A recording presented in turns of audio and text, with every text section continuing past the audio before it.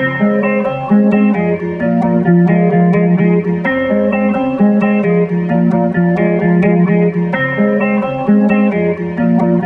right, guys, welcome into Around the Octagon. I am not Colin Tong, the guy you are used to hearing. I am the CEO of the company, filling in for him while he's in Aruba on vacation, joined by two of the smartest UFC minds I've heard so far. I've learned a ton from these guys, so I'm glad they gave me the call from the bullpen to come on and join them tonight. Ryan and Luke, how we doing, fellas? Doing good, man. Doing good. Happy to be here. Yep, can't complain. Good card this weekend. Let's get into it. Well, first, Hey, let's you want to cover some news? So, a couple things non-UFC 302 related. We got Conor McGregor and Michael Chandler canceling their press conference, which if anybody has been following Conor McGregor throughout his career, you know those are spectacles. Ryan, what are your thoughts there? It's kind of crazy. I don't know if it's just based off location because I know the fight's in Vegas and they were going out to Dublin a few days out from the fight. It could be just a logistical thing, working it out. And I also know that those tickets sold out in I think like something like 10 or 15 seconds. And they were calling to open up the entire arena so they could see that press conference and fill more seats. Up in the air, not too much has come out about it, besides the fact that the event's been canceled. As of now, the fight's still supposed to happen.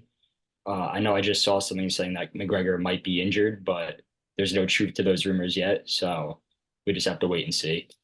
Yeah, I saw a couple things. I didn't listen to MMA Hour, but I saw tweets from Ariel Helwani saying that Chandler was ready to go, I guess, Sunday. He flew to Texas or something and was going to get on a plane to Dublin and then flew back to Florida to train. So he knew ahead of time. And then obviously through our group chat, I sent the clip of someone saying that McGregor's possibly injured, undisclosed injury, but I didn't look too much in the comments. I was, coming home from work, eating dinner, so I don't know if there's any truth to that story. That would be crazy. I really hope not. I think was it you or Zach that said McGregor's not one to pull out due to injury, but still long time off. It'd be interesting. Not a good look, especially considering I know they don't have any backup fighters planned for that pay-per-view. So if either guy ends up pulling out, that card is pretty much done for. If he does pull out, who would you want to see? Versus Chandler on short notice, that's a tough one. I don't even know who would take that fight. That would be high level entertainment in the lightweight division or even welterweight right now. Bilal and Leon are booked, and obviously Chandler hasn't done anything to deserve a title shot at welterweight. Shavkat's still doing through injury. Madalena's sideline. He just fought.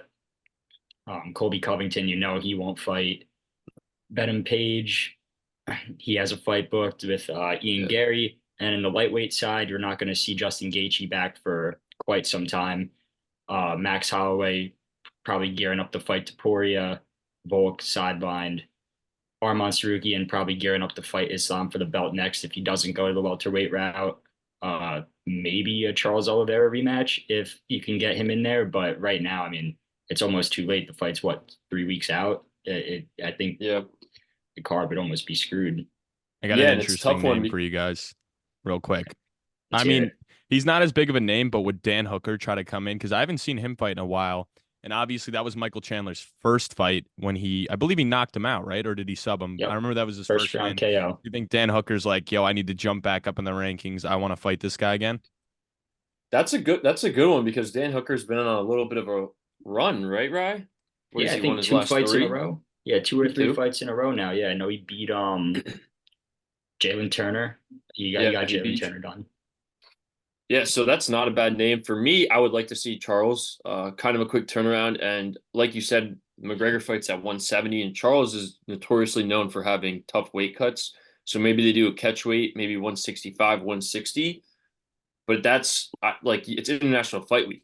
They're not gonna, and that's like there's not like a great undercard, right? Who's the two fight on that card? Is it Gary? It's Is that no? He's prelim, right? no, I think Gary Stunk's the main. I think Olberg, Jamal Hill are the co-main right now. So Yes, yeah, you're right. I forgot about that fight. It's just interesting. It would blow up International Fight Week, which, other than the MSG card, pretty notorious as the best card in UFC. That's not, 300, 200. I guess the only other route I could see them going is trying to get DDP and Izzy put together on a shorter notice because I know they have that fight pretty much set in stone. I know the commentary was talking about who about who fights Izzy or DDP next after their bout during the Strickland Costa fight. So I know that's something that the UFC probably has their eyes set on. It's pretty much set in stone, just depending on where that's to be determined. But maybe if both guys are there for it and ready to make that turnaround and just fight on 3 weeks' notice, they could put together a title fight for that card. Yeah, let's hope we're all, we're just talking what ifs, and McGregor's fine, training hard, and it's just something to do with the logistics. The only other really big fight news I wanted to talk about was, for those who follow boxing, Deontay Wilder got KO'd, and I didn't watch the fights. Normally don't watch a lot of boxing unless it's, big fight like a Tyson Fury fight, and sometimes Canelo, but is he done? I don't know if you saw the knockout. It was pretty brutal. I unfortunately did not. This is my first time hearing about it, so I don't follow boxing too much in depth like you, Luke. Probably like only like Canelo fight, like Brian Garcia is fighting someone, and I'll tune into that, or like a Tyson Fury fight. But no, I don't know. I can't speak too much on Deontay Wilder or boxing in general. I don't follow the sport enough to make an analysis on Deontay Wilder's career. I know he's been down and out for his last few fights, and he used to be that guy, but who knows? Yeah, yeah, I just don't see how he bounces back. And I know kind of when I started getting into boxing back in college and watching it more that past like the Floyd Mayweather, he was like one of the first fights, those Fury Wars, those were great fights. Fights that we would buy in pay-per-view, as UFC fans in college. And I just think he's getting old, and those boxing knockouts are brutal. He's got the money, but I think it's time to hang it up. It's not like he's going to be fighting for a title anytime soon. So I just wanted to mention that because I did not think he was going to lose that fight. I didn't throw anything on him, but I thought he was going to win that one. So kind of surprised. Yeah, exciting news in fight weeks, or exciting news for fights this week. We'll kick off the card now for 302. First up, we had Mitch Raposo taking on Andre Lima on short notice. I guess the most notable thing to come out of this fight was the leg kicks from Lima. He landed 30 out of 41. Raposo had 0 leg kicks thrown in that fight. And pretty controversial way to start the card. One judge, Dave Torelli, who's a name you're going to be hearing a lot tonight on this podcast, ended up giving Mitch Raposo a 29-28 decision, making it split, while both other judges had Andre Lima up 30-27 on their 2 scorecards, respectfully. Yeah, and then just looking at the striking throughout the rounds, it's sometimes you're not a judge. We don't get paid to judge, but we bet on Lima, so we obviously wanted him to win. I don't know how this got judged this way. Outstruck him in every round. The only thing that he did better, Raposo was get a takedown in the second. Yeah. So that's just, like you said, it started off with the bad judging right from the beginning of this card. So we're happy. Lima, I think we all were across the board picked Lima to win this fight, as probably a lot of people did. He was a heavy favorite. But yeah. Noticeable things about Lima now as to where he goes next. I know he came in at 4 pounds overweight, so there's always going to be that lingering question of can he truly make 125 and compete in that division? He's 9-0 now, so he's looking like a good prospect for the future, but a move up to bantamweight might be in his future. So yeah, still undefeated right now. He's 10-0. We'll see, but definitely a name to keep on the radar. 125 is not notorious for having a lot of talent, so when a prospect comes in, you got to keep your eyes on him. Absolutely. Moving on, we got Eileen Perez versus Jocelyn Edwards. Eileen took this one down by unanimous decision. And overall, I would say grappling took a huge role into this fight. It was close. It was a closer fight. I didn't think Eileen won 30-27. I agree with those 29-28 scorecards. I thought Jocelyn Edwards really put it on her in the 3rd round and snuck that one away. And Jocelyn Edwards had her moments in round 2 as well before getting dropped with a spinning back fist, which I think ultimately secured Eileen Perez this fight. Yeah, I think this fight went exactly how most people saw it going. Edwards definitely outstruck her 130-68 throughout the fight, but 6 out of 11 takedowns for Perez, just how we thought it would go. But then you look at the scorecards, you're like, okay, if the last fight was split, maybe there could be a split in here too, but nope, UD.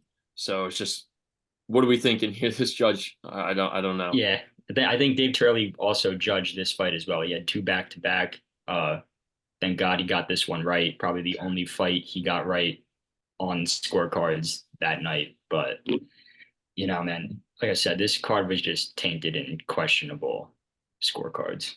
I will say though, Uh, Prez is kind of making a name for herself. I think she was on MMA Hour this morning as well. So, the popularity that boosts you up, that gets you bigger fights. So good win for her. We'll Absolutely. I see mean, what's next for her. she's famous for twerking.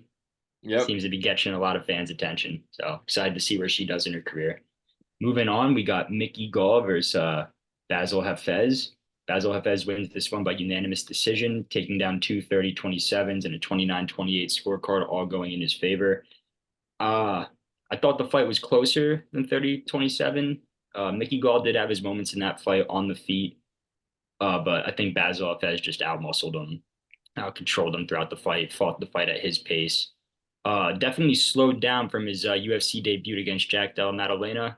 He did not look nearly as good, I thought, in this performance, especially against someone older like Mickey Gall, who has a really shoddy record in the UFC. Uh, most notable win against CM Punk. So if you're Basil Hafez, I think in your next fight, whenever that is, you need to really put on a statement if you want to be seen as a top contender. Yeah, I think I was more impressed with Mickey Gall. I think we on this podcast kind of counted him out. I had two buddies there who, Jersey guys, and they were rooting for Mickey Gall, and they thought up until the last round, they were like, "Oh, Mickey Gall might have this." So I think he had a good showing. I think playing in front of your home crowd definitely, plays into your performance a little bit, regardless if fighters want to admit it or not. But at the same time, I think it just shows like what happens when you fight vets in this game. Like on any given day, I think we saw it with Raul Rojas. That fight he lost, like just the veteran. Right. So I think Hafez has definitely got a bright future still, but definitely slow the roll on the gas train a little bit there. We'll see. I definitely think he needs a great performance the next fight, but a win's a win. You walk away with the win, you'll take it. Absolutely. Moving on, we go to Jake Matthews versus Phil Rowe. I had Phil Rowe winning this fight. That was my pick. It was I got it wrong, and I think I kind of wrote Jake Matthews off a little bit, disrespected him definitely. But Jake Matthews takes this one down by unanimous decision. Pretty much beat Phil Rowe just about everywhere. First round, two judges gave to Phil Rowe. I did think he did enough on the feet to secure the first round, but after that, you kind of just saw Jake Matthews dictate that fight more and more his way and fight at his pace. And Phil Rowe really didn't have an answer. 3 minutes of ground control, outstruck him everywhere. Overall, good performance by Jake Matthews and a good bounce back win. Yeah, definitely Matthews was impressive. I was a little not impressed with Phil Rowe on the grounds. I know he had the grappling match against Craig Jones recently. I was listening to the Rogan Craig Jones podcast today, and I was just more surprised that he really, just neutralized him all around. I mean, Jake Matthews is good. He's one of those guys who's always going to be in the mix, not really, breaking the top 15, but he's a solid guy, that unranked guy to fight in that division. And I was impressed. Great performance and our first loss of the night for every one of us because we clean swept the underdog here. So that one hurt a little bit. I think it was the first leg in our long shot parlay as well. So Yep. right off the bat, we were done there. We'll get into the chalk play later, which did hit, but not a good start for the around the octagon Hey, long shot parlay. I made money tailing you boys. You still put me up 0.75 units. Come on Yeah, we'll now. Give take your it. guys Yep. self some credit. Every logical better or should know not to bet heavy on those plus 8,000 odd parlays. You take your money where you can with the safe ones. Well, I was screwed Moving from the start. I mean, I also put the wrong leg in my parlay and I'm like, yo, why'd I get better odds? And they're like, well, you didn't do the same parlay, so that's why. So that's a yeah, fun one. yeah, we've all been there with the misclick. Mm-hmm. Moving on. Sometimes it plays to your advantage. Yeah. Yep. Moving on, Grant Dawson beats Joe Selecki by unanimous decision. This fight pretty much went exactly how I think everyone on the podcast before predicted it. It would just be Joe Selecki doing his thing on the ground. He racked up 13 minutes and 46 seconds of ground control time in a 15-minute fight. So not much to really say about this one. It kind of was like the same with all the other prelim fights, pretty boring. But credit to Grant Dawson, another bounce back win after getting knocked out by Bobby Green a few months back, and a much needed win to keep his hype rolling. Yeah, Definitely a Dawson masterclass. What we expected. Not really much to commentate here. I think I took it by ground and pound. That's how I thought he was going to get it done. Didn't get that finish, but seems like that was kind of the tail of the tape for this card. Not a lot of majority of the good wins were dominating wins, but at the same time not getting those finishes, and that's just kind of what we saw throughout this card. But yeah, Dawson masterclass. Looking to see who he fights next. Yep. Excited to see what's ahead of him for his career. I don't know if he goes the ranked route just yet. I think he probably needs one more fight maybe to speak his way into that top 15 fight, but you never know. Maybe if he takes something on short notice and he's ready to get back in there, didn't take too much damage, we could see Grant Dawson crack into the top 15 by the end of this year. Yeah, not a lot of big names that he's won, but he is 9-1-1 in the UFC. So that's kind of around the time you start seeing those jumps. And how old is he? I don't know off the top of my head. He's 30, so it's kind of that he's right in his prime, right in that wheelhouse where, hey, let's make a run at this thing. Not a huge prospect, but definitely a guy who shows that he has the talent to fight in the top 15. Absolutely, Grant Dawson should be on everybody's radar moving forward. Up next, first finish of the night goes to Jailton Almeida versus Alexander Romanov. Almeida gets this one done in round one via sub. I think rear naked choke was what he finished him with. And really good bounce back win for Jailton Almeida, gets some hype back. Looking up before that Blades fight, he was a top prospect in the division. Got KO'd going in for a takedown. And I think we all said the same thing about this fight in our last podcast, where I think it's just going to be like a learning moment for Jailton Almeida, and he's just going to implement, not shoot harder shots, not fight for the takedown, be smarter on the feet going into it.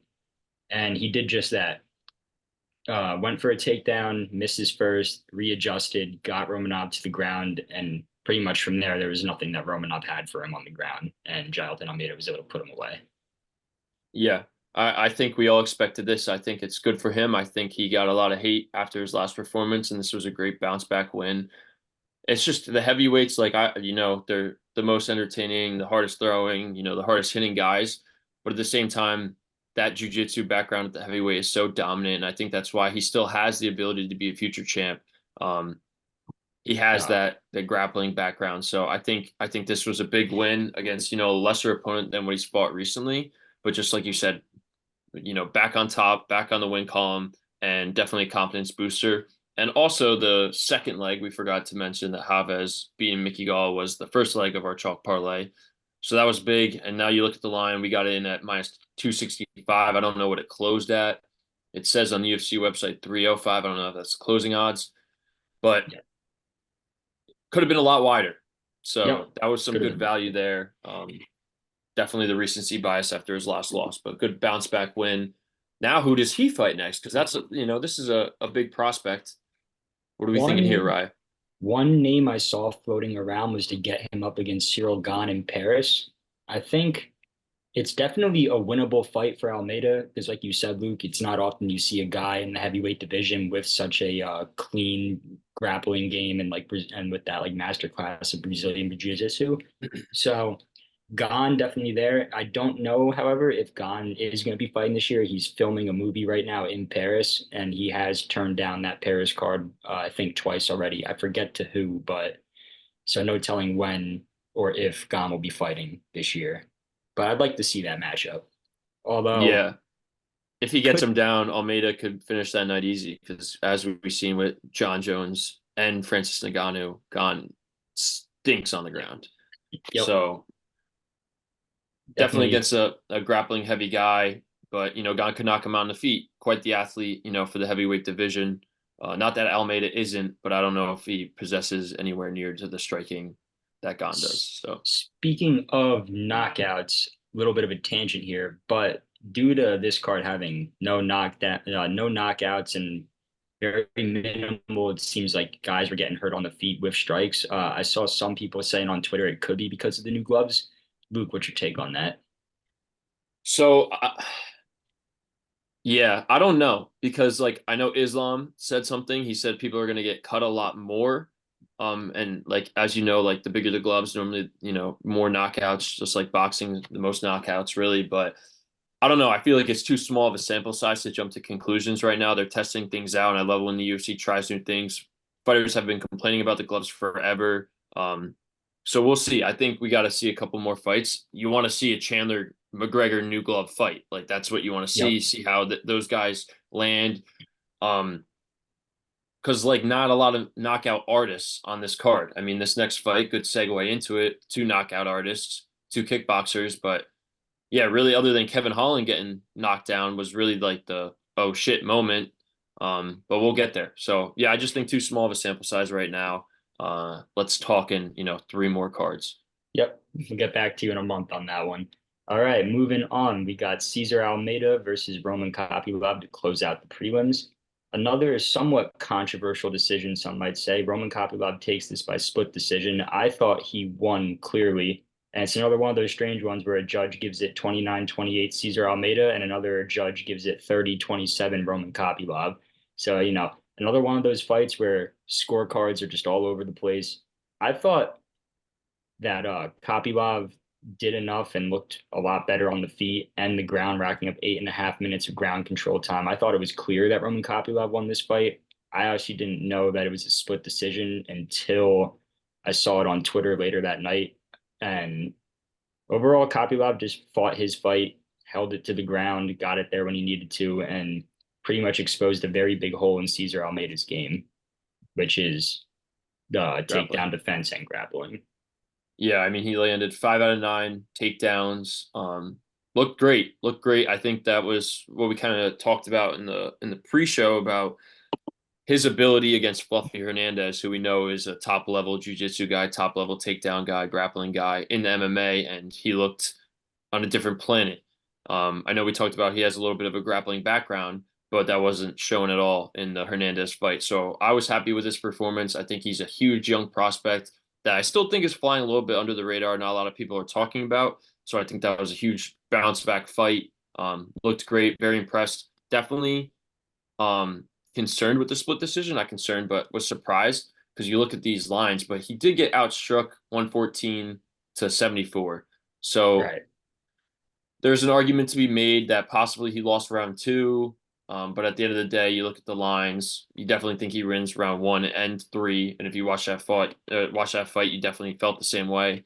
So who knows with these judges, man? It's definitely, I feel like it hasn't been discussed recently because 300, 301, there wasn't really that much discrepancy with the judges. But now it's back on the radar. Dana White addressed it in the post interview. Everyone is saying the Strickland fight's the worst judge fight ever. So I mean, we'll talk about that when we get there, but definitely something to watch out for. And Yeah. Ryan, I don't know too much about it, but it's state instituted judges, like because Dana White always is talking about like, oh, their judges are terrible, but does he have no say? Like, how does that work? Do you Yeah, have any the input there? UFC, yeah, the judges are put in by whatever state's athletic commission is where the fight's hosted. So the New Jersey State Athletic Commission dictates who judges all the fights and which fights they judge, and it's the same across the board for every other commission.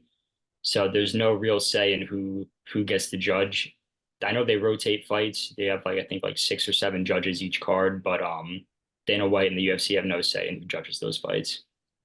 Yeah, it makes sense because he always is pretty adamant after, a bad decision that he wants something to change or that judge specifically should never judge a fight again, but it continues to happen. So I hope they find something close because not in recency bias that I could really remember something that was like, oh my God, that was terrible, lost me a bunch of money. But at the same time, a lot of people online are complaining, MMA Twitter goes crazy over it after every fight. So Yep. I think it's just, it comes down to that cycle. The most recent one I can remember where like I was really shocked was Kai Kara France versus Amir Albazi.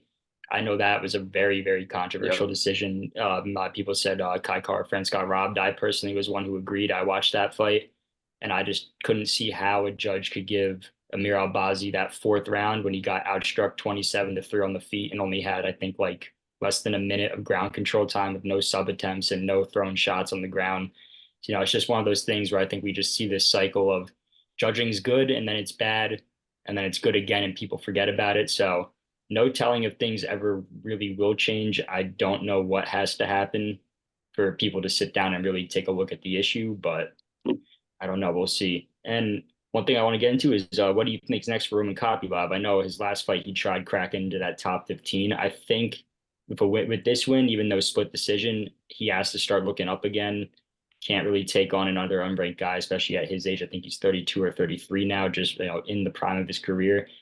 I know Chris Curtis is coming off of an injury and he might be sidelined, but if Kopylov wants to wait, that could be a good fight for him matchup wise and stylistically to crack into the top 15. Luke, your thoughts? Yeah, is Curtis at 15 right now? Yep, he's ranked number 15. I think that's a perfect fight for him. You're right. I did not realize because he looks like a young guy, but he is 33 years old. On Tapology, he's ranked 24th middleweight right now. So that I don't know if that's updated, but that's definitely a jump he could make. And he's getting some traction and popularity. That matters at the end of the day. The popular fighters get the popular fights. And yeah, definitely that loss to Fluffy. Was that a short notice for him? Don't Someone think came in. I think it might have been short notice for Fluffy, but don't quote Yeah. me on that. I can't remember, but I feel like one of them came in late. And Fluffy's on a roll, so I definitely think this is a good win to get back on track against a renowned kickboxer. I think Chris Curtis. I think you should wait for that kind of fight. You are 33. One injury could derail your whole thing. You don't want to rush it. And Chris Curtis, has skidded recently, but a guy who's can knock you out one punch. I think stylistically they match up well too because Curtis isn't taking anyone down. He's sitting in the pocket. He's got the boxing approach. So I think that's what I would like to see next for sure. Yep, definitely a favorable matchup for Roman Kopylov if he gets it. Yep. Moving on to kick off the main card, we had Randy Brown versus Eliza Zaleski dos Santos. Randy Brown gets this one done, UD 29-28 across the board. One of those times this night where the judges did get it right. I felt Randy Brown did more on the feet, went for a couple more sub attempts on the ground, edged it out. Even though Zaleski did have 5.5 minutes of ground control time, those subs, I think, are what swayed the judges in his favor. Yeah, I picked Dos Santos here. I thought that he was going to be able to catch Randy Brown, but I thought Randy Brown did a great job of what we talked about, keeping his distance, never super in trouble on the ground, even though a lot of control time for his opponent. Randy Brown looked good. I think I don't really know if it's like a statement win. I think it's a great win, but I was, impressed with the performance, and this was like, well, my second loss of the night, so definitely surprised here, but happy with the performance by Randy Brown.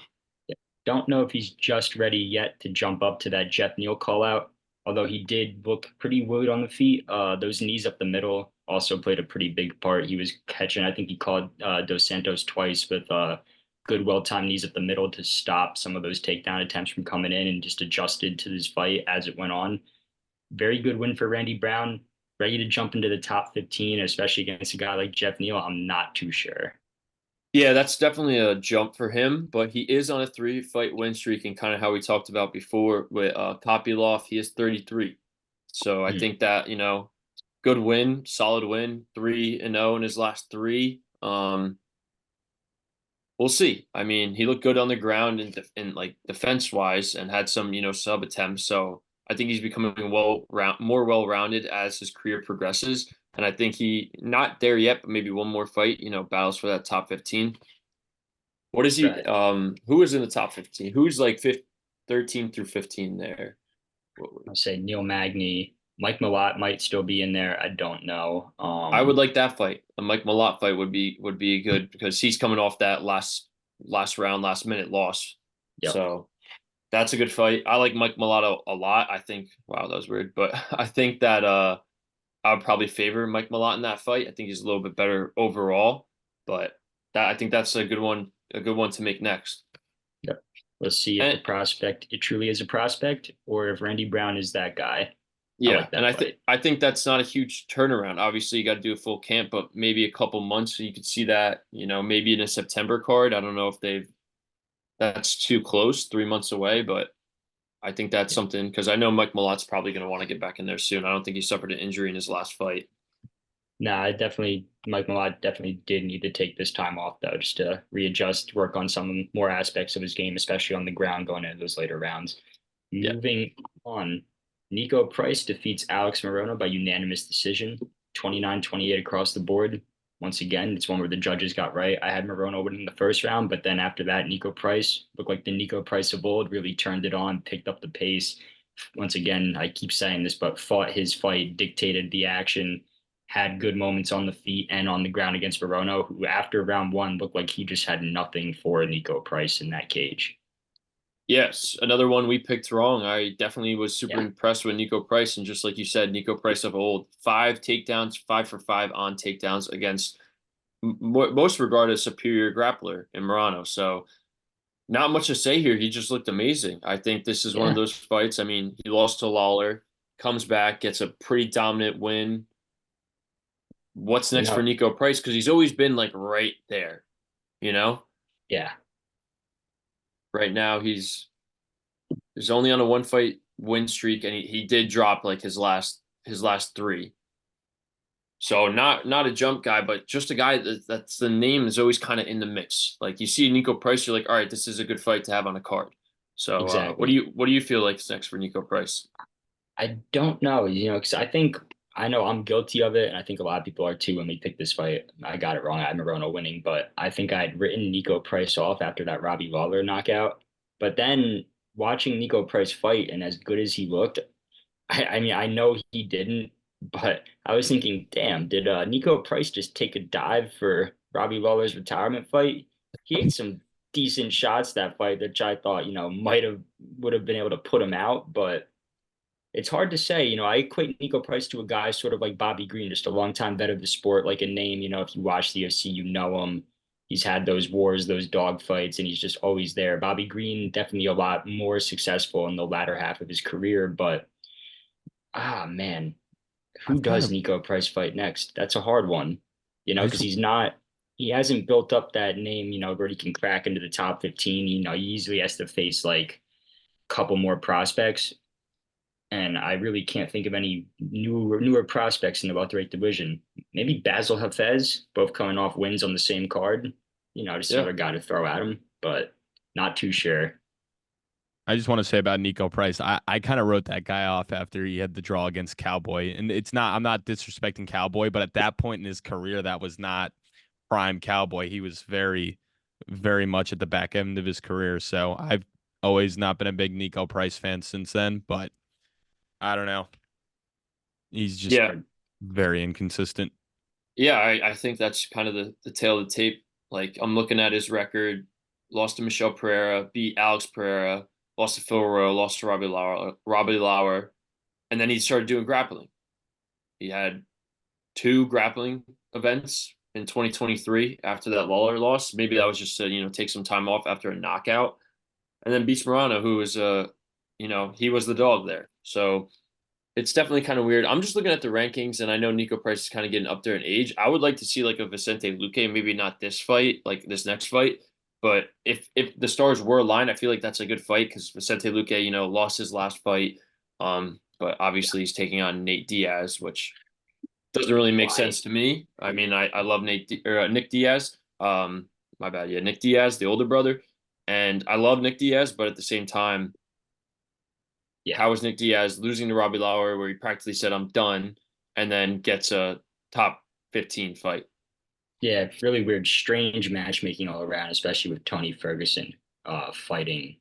I lost the name, but I always would like to see those names flip-flopped for sure. Nick Diaz, I think, should be fighting Tony Ferguson at this stage in their career. So Yeah, for strange sure. matchmaking on the UFC's part, Or but even in Nick Diaz, Nico Price. I mean, 2 right. older guys, both just lost to Robbie Lawler. Maybe you make that connection, but yeah, not really sure. I feel like Nico Price is kind of, still on the outskirts, not a huge predict who's next kind of guy. But at the same time, if you've been following MMA for a while, you've seen Nico Price's name come across a lot of cards. So Michael Chiesa is who Tony's fighting next. I just looked it up for you guys. Yep, that yep, definitely Chiesa. should be fighting Vicente Luque on that card. But what are you gonna do? Moving on, we have Kevin Holland versus McCall Ulijasic. Kevin Holland gets this one by round one sub after eating a wicked right hand that dropped him in the first round, but comes through the fire, adjusts on the ground, and gets it done via armbar, which was disgusting. I know there Disgusting. was some pushback on the judge, or not the judge, on Herb Dean pulling off Kevin Holland, but it was clear to see that he had either dislocated or just broken his arm completely. So there was no way that fight was probably going to continue regardless. Yeah, I just freaking love Kevin Holland, man. Like, gets rocked. And this is like we were talking about the new gloves, maybe that play a little bit aspect. You normally don't see. I mean, he just fought Venom Page and was taking shots that whole fight. I don't think he got knocked down once or maybe once. I can't remember off the top of my head. And then first round against a lesser opponent gets chinned completely, still, still awake, still in there, gets switches over, gets the position armbar. And you could see in his face when he's pulling the armbar and he makes that adjustment. He's like, all right, you're not going to tap. Like, I have this. You're not going to tap. Here goes your fucking elbow. So super impressive from Kevin Holland. Just like we talked about in, the pre-fight show, like every time he goes on a little bit of a losing skid where you're like, damn, Kevin Holland, he's fighting these good guys. He's just coming up short. Then he goes out there and puts on a performance like that. And you're like, this guy's good everywhere. Yeah. What is next for Kevin Holland? I don't know. It's funny. I feel like a new mythical fighter is Kevin Holland on short notice because it seems like he puts on all these stellar performances when he doesn't have a full training camp and just walks in all nonchalant, doesn't really care, goes on, puts out a show for the fans and gets it done. Don't know what's next for Kevin Holland, given what he said on the mic, saying he'll fight anyone. Keep sending me these prospects. I'll be the best gatekeeper the UFC's ever seen. Also, he's still ranked at welterweight. He took this one on short notice at middleweight. And yeah, I know throughout his career, he's been bouncing back and forth between welterweight and middleweight. So I genuinely don't know if he continues a path on 185 or if he moves back down to fight someone in welterweight or at welterweight. Yeah, it's interesting because he's ranked 15 at welterweight, and I feel like there's some fights in that, that pile of welterweights, 8 through 15 that I would love to see him fight. I mean, Neil Magny, both guys who I would love to see him fight. I think those styles are good. Joaquin Buckley probably won't fight him. Already beat him too, but Buckley's on a little bit of a hot streak. Throw him back in there. And then if he stays at middleweight, like who does he fight? You kind of see like maybe a Chris Curtis, just like we were talking about. I feel like that's a good matchup. Definitely, two guys who could bang. I don't know. I don't know what's next for Kevin Holland. All I know is every time he's on a card, MMA fans, UFC fans are tuning in. He's so entertaining. He's so fun on the mic. He's so fun in the pre-fight shows. I don't know. I don't want to say superstar, but he's a star in the UFC. Absolutely. He could very well, with a couple of good performances, especially how good he is on the mic, crack into that superstar potential. Yeah. A lot. But does he have the ability and does he take it as serious as like not just his job? Like do you think he ever gets to that point where he's like, all right, I'm gonna go for this title. I'm gonna pick one weight class and I'm gonna ride this out. Personally, I do not. I think he's just there sort of like a Nate Lammer where you just, you tune in because you're getting a show. And like he said on the mic in his post-fight press conference, he's got to be the best gatekeeper the UFC's ever seen. So I think it's kind of sad to see, but I know he is also up there in age. I think he's 35 now, 36, which shocked me. I thought he was younger, but he's 31. He's 31? Nah, never mind. I'll slap myself in the back of the neck for that one. No, you're good. I thought he was older too. I definitely thought he made kind of his UFC debut at an older age, but no. Well, it's because he's been so active. I mean, Sure, UFC fought 5 times during 2020.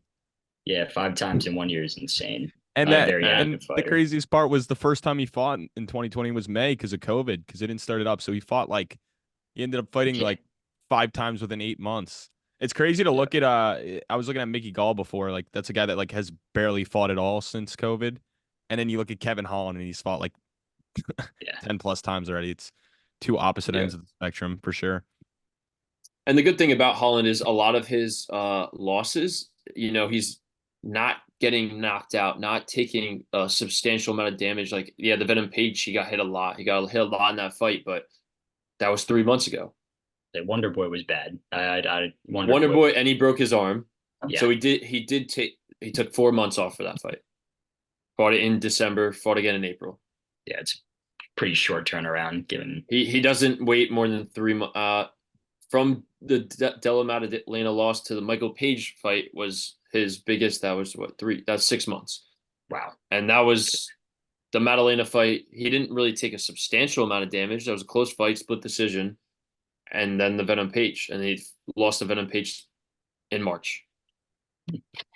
So Yeah. we're gonna see, and we're only halfway through the year. We're gonna see him twice more this year, easily, maybe 3 times.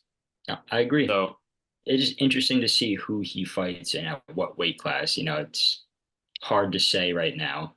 but just like you said, it could be a last second guy gets out of there. I mean, if he can make 170, let's say McGregor can't make it, think he fights Chandler. That's No a good way. name. That's No a good way, name, but though.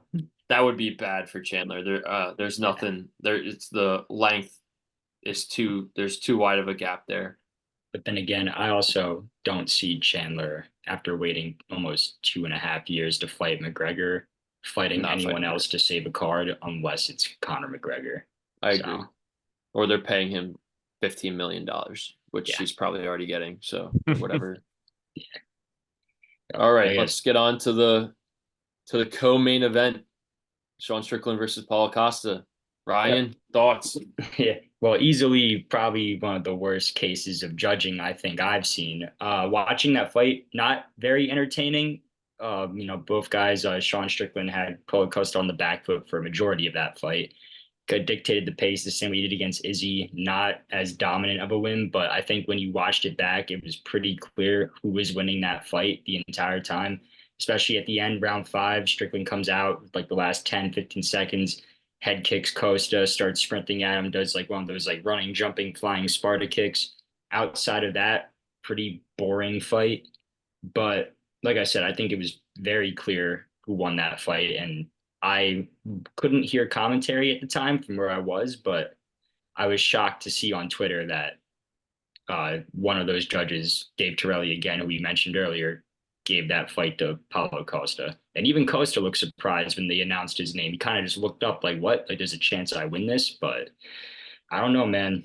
Strange card, strange scoring. Yeah, I think this fight played exactly how we expected as well.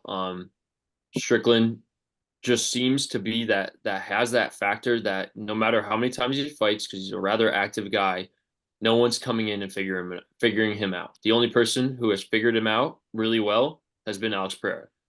Yeah. But we talked about it. We said, okay, maybe the only way Costa's got the strength, he's got the power. We've seen him put guys away. The only way is he damages those legs. He landed 46 leg kicks, significant strikes on the leg. And I was the same spot. I was out at the time watching on my phone, and I had to rewatch or watch the highlights, and Rogan kept on saying like, oh, he's going to start feeling those leg kicks. When you get a guy like Sean Strickland, it seems like unless you're putting him unconscious, there's really not a lot he's going to feel. Even in the DDP fight, like Yeah. he was bruised and battered in that fight, and he was seemed fine. That if he's awake, he's going forward. He's fighting his game. Super impressive by Sean Strickland. And I mean, as an MMA guy, as a UFC guy, you love to see the superstardom. He's a very controversial character, but he comes out after and he's the most blatantly honest person. He was like, I won the fight, great, but I thought I performed like shit. Like I didn't think this was my best performance at all. Then he went into the judging and talked about the judging, but at the same time, like it's rare you get guys that you win where you definitely should have got a UD and you're coming out saying that. But at the same time, I couldn't hear it. But his reaction when they were reading the scorecards off, he was like, "What the hell?" Like, yeah, I think everyone, even commentary, mentioned it. Like everyone was surprised that his reaction. Yeah, his reaction reminded me a lot of the Corey Sandhagen Cheeto fight.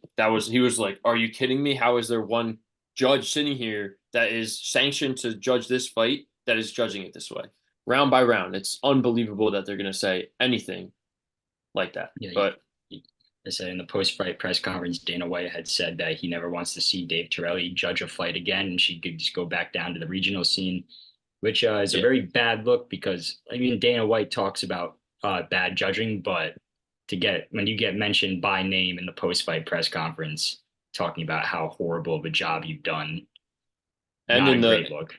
And in the fight of or main event of the night, Khabib after, I don't know if you saw the clip of DC and Khabib was like, send name and location to the guy that had it 2-2 going into the fifth of the main event. And we'll get there, but I don't know if I didn't see that that's the same judge. I don't know if you have insight into that, but nope. Different judge. Different judge. overall, just like what is going on.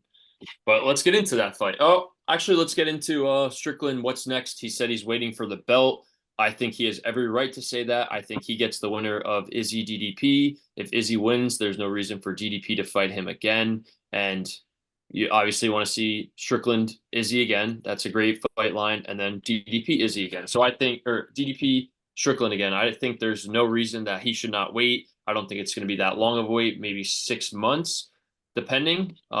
Even though Izzy has been inactive since his loss to Strickland and DDP has, taken his time too. I think you wait. You've done everything you need to do.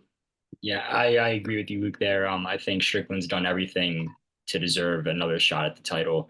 I guess my only worry is the UFC potentially trying to book him up again. Actually, no, never mind. I can't even say that because Whitaker's fighting Chimaev. I guess there is a scenario in which Chimaev beats Whitaker and the UFC kind of screws Strickland out of a title shot, which scares me. But I do think that they need to either run back that Izzy rematch if he's victorious over DDP, or that DDP fight over on Strickland if he wins. And correct me if I'm wrong, but the Izzy DDP fight that's going to be the Perth card, right? I think that's what they have. And when is that confirmed? Card? I don't think it's confirmed either. August? I think late August. So that's not too long, 2 months away, a little over 2 months and change. I'm trying to think. It depends on how that fight goes. But if you're thinking MSG in November, probably late November in the 20s, I don't know if that date's announced. I could be totally wrong. Maybe a co-main. Depends on how that fight goes. So that's a 3-month turnaround for a champ. If it's DDP, he has every right. Izzy's a normally active guy, so I could see Izzy saying, if Izzy goes out and knocks out DDP in the first 3 rounds, doesn't take a lot of damage, he could easily turn around and say, Sean Strickland, I want you. I'm getting older. You're getting older. Let's go and fight at MSG. The biggest stage in the UFC. An undercard, not undercard, but co-main, that John Jones Stipe. Ideally, I think that would be perfect. Yeah, and like you said, I don't think if Izzy wins, I don't think there's going to be another name on the mic that he calls out besides Sean Strickland. So no. One point I want to make before we move on: Paulo Costa now, what is it? 3 losses in a row, or is that 2? I'll pull it up right now. Very inactive. So he beat Rockhold, and then 2 canceled bouts. Lost to Whitaker, lost to Sean Strickland, 2 of the top guys in the division. He came out after and said, "Screw the points, screw going to the judges. I don't know what I've been doing. My past couple fights is not who I am. I knock guys out." Who do you want to see him fight next? I'd like to see him move back in the rankings a little bit. I think he's ranked number 7. I think Roman Dolidze might be a good matchup there. He's at 11. I like that. Ranked guy. Because at this point, Paulo Costa can't fight upwards anymore. 2 losses in a row, unless he takes something on short notice, maybe to get there. But at this point, I think he has to start looking backwards and trying to build a name for himself. Not a name, but just get back into that win column and put on a streak if he ever wants to fight a top contender for the belt again in his career. So one guy I do see, I know it goes contrary to what you just said, but Brendan Allen at 6. They haven't fought yet. I don't know if Brendan Allen has a fight booked. I'm looking on the UFC page. It doesn't look like he does. Do you know if he has a fight booked? I don't think so. I don't mind that matchup either. I think that's perfect. 7-6. I'm fine with that. I just can't see him fighting any of these top ranked fighters anymore. Yeah. He's not going to fight Cannonier. He's not going to fight Vittori again. But then there's Hermanson, Jack Hermanson, that's how you say it, right? He's at 9. I don't see him fighting him. I don't see him fighting Chimaev. Obviously got some guys in that mix already have fights booked. So I don't know. I don't see him dropping down too far. But I like Paulo Costa. I like the character he is. Definitely just seems to be a little bit outside of these top guys in that division. So yep, absolutely. Yo, speaking of Chimaev, quick, did you guys see the photos of that guy that just came out? Yeah. No. Brolic. Oh my gosh. He's looking big. Yeah, he's 15 pounds heavier, but he just looks like a monster. But the difference between 70 and 85, if you haven't checked those out, I mean, dude is massive. But I guess it just shows you the weight cut they go through, but holy shit. Yeah, Chimaev is looking sauced. Moving on to our main event, heartbreaker for a lot of longtime UFC fans. Dustin Poirier unable to get it done.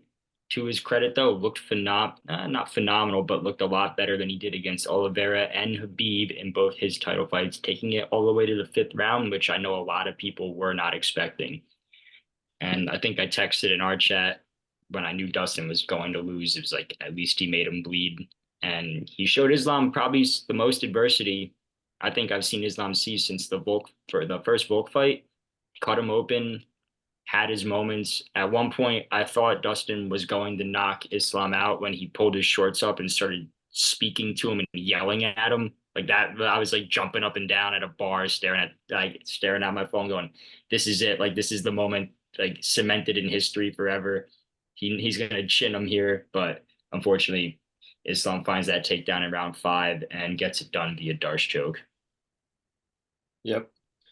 Yeah, I obviously American Twitter, MMA Twitter, a lot of people are not fans of Islam, or not that they're not fans, but tends to be the guys that he fights are more popular in our neck of the woods compared to him. I saw one scorecard that was 2-2 going into the fourth or to the fifth. We talked about that. I don't think that's accurate, but God, did Dustin put a fight up. He outstruck him in rounds 2 and 4. I thought the only round that he did win was 4.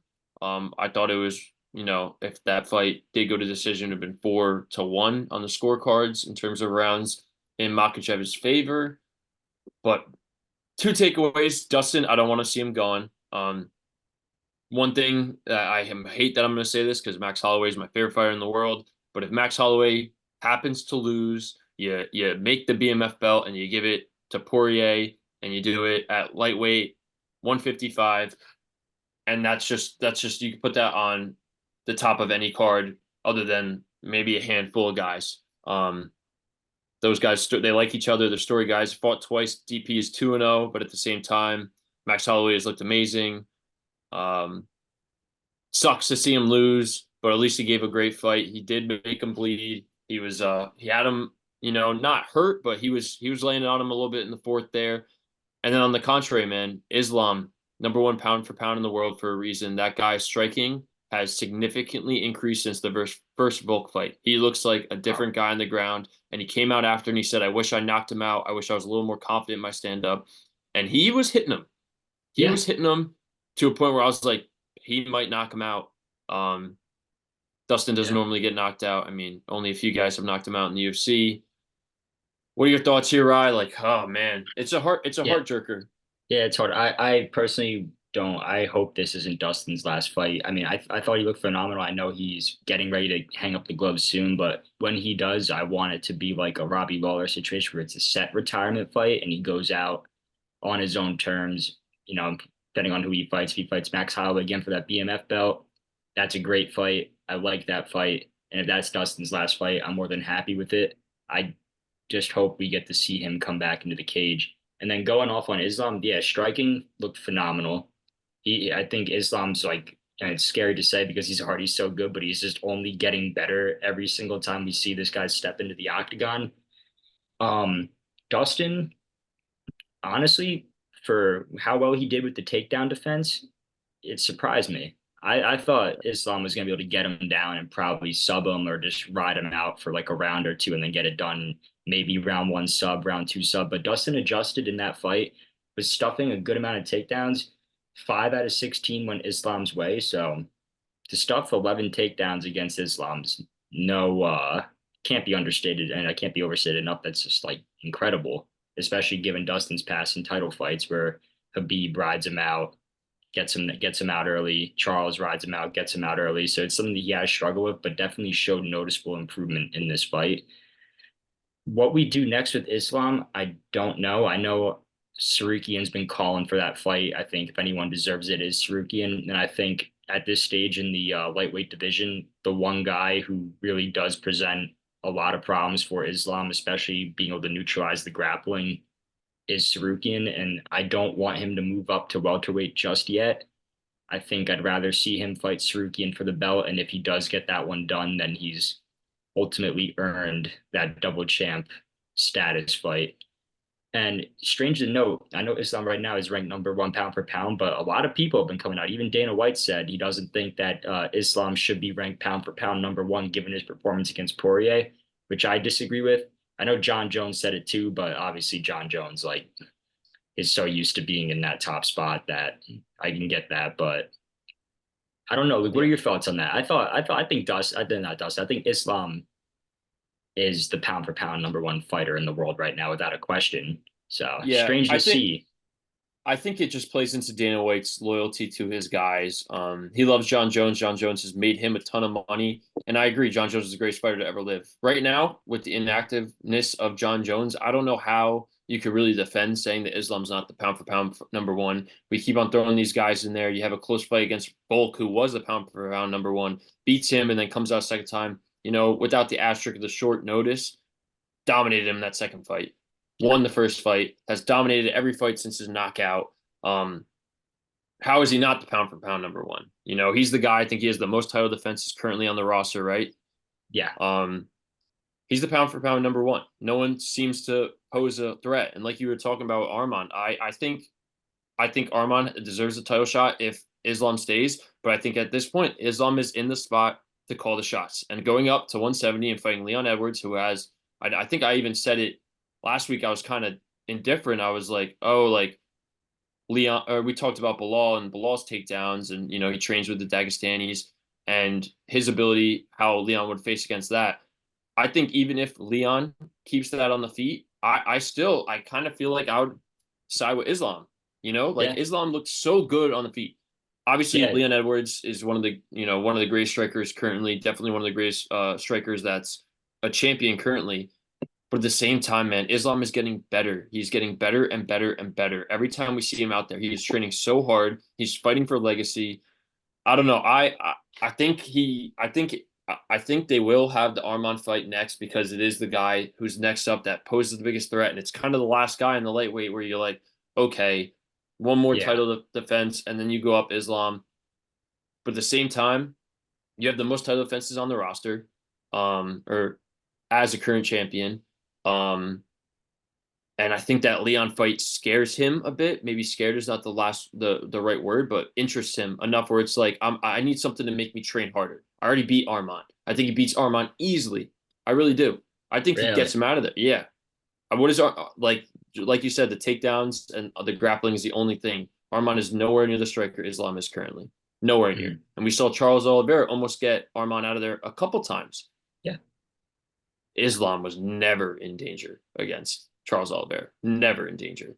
So I'm fine with either. I think Armand sells a good fight. I think both are great on the ground. I think Islam dominates that fight, and then he gets to call the shots, and no one can say any ifs, ands, or buts. But if he wants to wait and Bilal loses, and he wants to defend the guy he trains with, and jumps up to fight Leon, I worry that fight's going to be in a year and a half. That's my only concern. Mhm. So I think he could beat Arman around,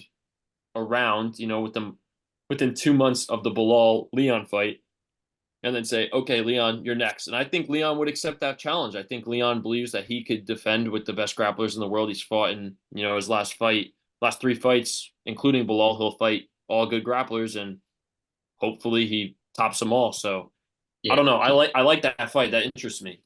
Interesting to note about Leon and takedown defenses. I know there's a lot of controversy with the second Usman fight about losing a point for grabbing the fence. So, who it's hard to say. I know obviously Leon does have a pretty good takedown defense, but at the same time, like he kind of lost a little bit of credibility for me by cheating and holding onto the fence when Usman clearly had a very easy takedown and could have gotten him to the ground. Going forward, I think, yeah, with the timeline, the way that Leon is pretty inactive between title fights after this Bilal fight, it probably does make sense if Islam does not want to sit on the sidelines for that long to potentially take up a Sarukian fight in Abu Dhabi in October, I think is when they have that booked. So When could is the be, London card? Or yeah, is it London? yeah, it's in July. So Okay, so maybe, that's kind of a wait. But then you could say, I don't know, early part of next year, because then Leon's waiting again, and I rather not see Leon wait. I enjoy watching Leon fight. I think he's been inactive enough where it's like, okay, start defending your belt, 2 to 3 times a year. But at the same time, I don't know. either of those guys have kind of wiped out the divisions. So, Yeah, hard to say. And to be and fair, a lot of potential matchups for Leon in the welterweight division and Islam too, if he's able to take that belt. His Shavkat's coming up, Jack Della Maddalena that's is coming true. back up. So it's just that tricky spot where you have a guy as dominant as Islam who You're right. definitely deserves to move up and fight for another title, but at the same time, it's like for It fans, clog it it clogs does the road. Yeah. exactly. Which it happens when these guys move for double champ status, but I can't remember a time where like it would be this significant where you got guys that everyone's waiting to see at least try to fight for the belt in the welterweight division. You know damn well if Max Holloway beats Taporia, he might be like, Islam, I want you. And then they might make that fight, which would be crazy. But And I mean, it's weird to say because I know Holloway, once former champ, defended the belt 4 times. Luke, correct me if I'm wrong. four or I think five, that if yeah. yeah, I think if Holloway beats Taporia in like an outstanding fashion and calls for a 155 shot, that he should get it. Like, call me Yeah. crazy, but I think he's earned it at this point. Yeah, when we were talking, I kind of said that Leon's kind of wiped out the division. I will take that statement back. You're right. Shavkat and Della Maddalena are both within the top five. And then, if Ian Gary gets a win or even Michael Venom Page, you could insert those guys right into the mix. I think it's a different story at lightweight. I don't think anyone is really ready to get that fight against Islam after Arman. So I think it makes a lot more sense for Islam to be calling out that 170 than Leon to be calling down for it. Um, but you never know, man. It's a business at the end of the day. They're gonna sell fights. I think the Leon Islam fight is a huge, huge fight. Not that Shavkat Absolutely. or Della Maddalena aren't huge fights at welterweight, but they're not as big as Islam. So No, definitely notably, interesting. I could see those running back. Even that one super fight. If you want to sell a John Jones pay-per-view and make it massive, if you could somehow get Leon versus Islam at MSG as a co-main to Jones Stipe, that could be one of the highest selling pay-per-view cards of all time. Yeah, I think it would be hard if it's at MSG in November, but not impossible. I mean, I don't think it's a long shot to say that Leon takes a little to no damage in his fight against Bilal and gets him out of there relatively early or glides to a 5-round decision UD. Yeah, but now what fight nights? Let's just touch on fight nights coming up before UFC 303. I know we've talked about UFC 303 in the past, so let's just click on some of those fight Yeah. nights. What do we got coming up? Yeah. Next week we got Cannonier versus Imavov, two ranked middleweights fighting it out at the Apex June 8th. Okay, that's a good one. Going off that, two rising prospects in the flyweight division, Alex Perez versus Tetsuro Taira, also at the Apex, scheduled for June 15th. And then big fight night card is Whitaker versus Chimaev in Riyadh, Saudi Arabia, I want to say. Yeah, in Saudi Arabia. A lot Yeah, of notable fights on that card besides for Whitaker and sure. Chimaev. Sergey Pavlovich takes on Alexander Volkov, two top ranked guys in the heavyweight division. Kevin Gastelum gets back in there against Daniel Rodriguez. Upcoming prospect Muhammad Naimov will take on Malise Bagdasarian, and Johnny Walker is going to be fighting Volkan Ozdemir on that card as well. So And I might say, also and Magomedov too.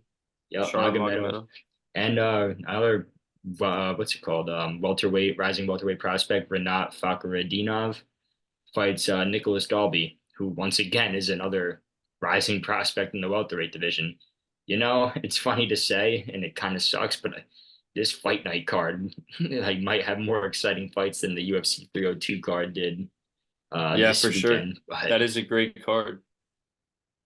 Couple great fight nights. We're getting to that point now where we're getting past the hangover UFC 300 where they could spread out these good fights across the board on fight nights as well as main cards. So looking forward to that one. Let's just touch on the Whitaker Chimaev. Who do you have there before we get out of here?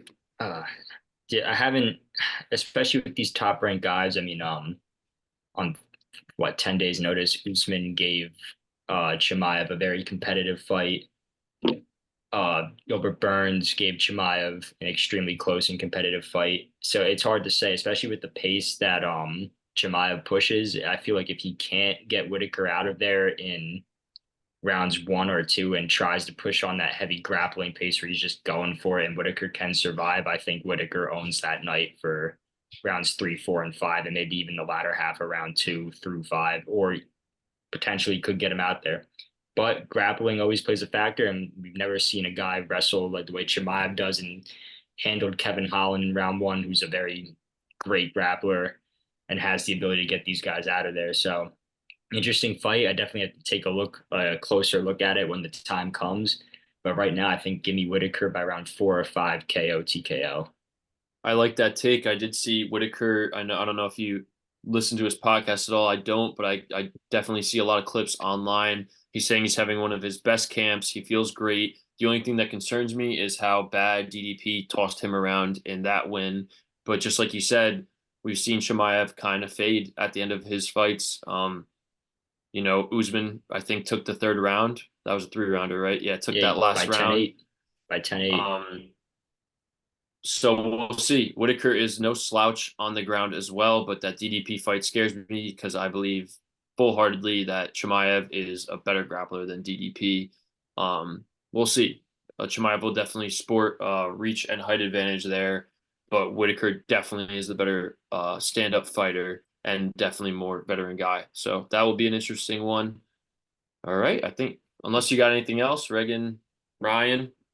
Yeah, I mean that basically wraps it up, fellas. I appreciate you guys let me listen to you live. I mean, I'm not the UFC fan that you guys are, so I feel like every time I listen to you guys, I learn something new. So you're both like encyclopedias with that, so I'll give you credit there.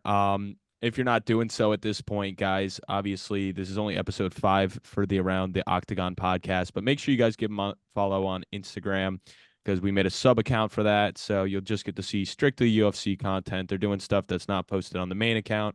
Wherever you're listening, drop a like, drop a follow, and we're going to be doing a golf outing for the whole entire company. So if you guys like golf and want to come out, we're going to have some fun prizes, and 25% of that, everything we make, will be going to the Valerie Fund, which is something that's truly something we all care about and is dear to our the Tong family. So thank you guys for listening, and I guess they'll hear you guys next for UFC 303. Is that correct? Could be Yeah, I think we either might that do or- one for that fight night. I think we should Yeah. do one for that fight night. So what is that? We said June 22nd is that card. So look out for that. I think that's a fight night that, requires a pod, requires 2 parlays. And I know we kind of touched on it earlier. 1-0 on the chalk lay for Around the Octagon and 0-1 on the long shot lay. But we'll get back next time. Awesome. Well, there you go, everybody. You're going to get an extra pod. So, all right, guys, that wraps it up.